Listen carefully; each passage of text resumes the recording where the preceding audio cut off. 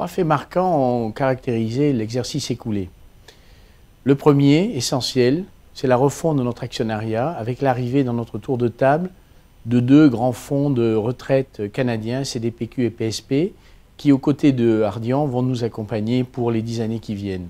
À ce fait marquant s'en ajoute un autre, c'est la confirmation de notre capacité à dépasser aujourd'hui les 2 milliards d'euros d'enregistrement de commandes. Nous avons réalisé l'année dernière, en 2017, plus de 2,1 milliards euros de commandes et nous avons encore cette année, en 2018, dépassé le seuil de ces 2 milliards. Et c'est une bonne nouvelle, et a fortiori lorsqu'on sait que le profil de nos commandes et les géographies dans lesquelles le groupe a eu des succès commerciaux ont profondément changé depuis 10 ans. Nous avons accompagné le développement des pays émergents dans les 10 dernières années. Depuis 2-3 ans, nous retrouvons nos bases dans les pays développés. À ces faits marquants, commerciaux et de refonte de notre actionnariat, s'est ajoutée malheureusement une déception, celle de conditions de réalisation et d'exécution d'affaires difficiles dans 2 ou 3 activités qui ont pesé sur notre rentabilité. Ça ne nous était pas arrivé depuis une quinzaine d'années.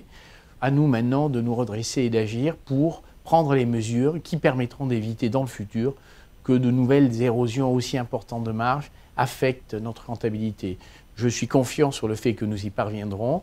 Nous avons lancé à la fois une refonte de nos organes de direction avec la création, fin 2018, d'un comité de direction générale qui m'accompagne au quotidien pour prendre à la fois les décisions stratégiques, mais aussi les décisions de suivre ou pas tel ou tel projet, et bien évidemment dans des conditions de maîtrise de nos risques, de nos budgets et de nos délais. Je suis très optimiste sur les années qui viennent. Pourquoi ?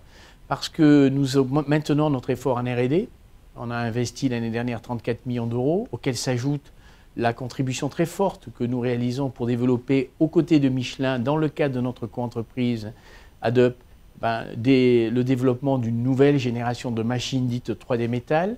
Et je suis confiant sur le fait que ça nous ouvre des perspectives importantes à l'horizon 5-10 ans. Et puis parce que nous poursuivons notre effort dans tous nos secteurs d'activité. Voilà, donc optimiste sur les années qui viennent, grâce à ces efforts de R&D, grâce à un actionnariat reconstitué qui nous donne une forte visibilité sur les années qui viennent, et grâce aussi à un carnet de commandes élevé, puisque nous sommes à fin 2018 avec un carnet de commandes quasiment record qui nous donne une visibilité en termes d'activité sur les 2 ans qui viennent. Donc, ce qui est très satisfaisant dans l'environnement global, mondial et commercial difficile que vous connaissez.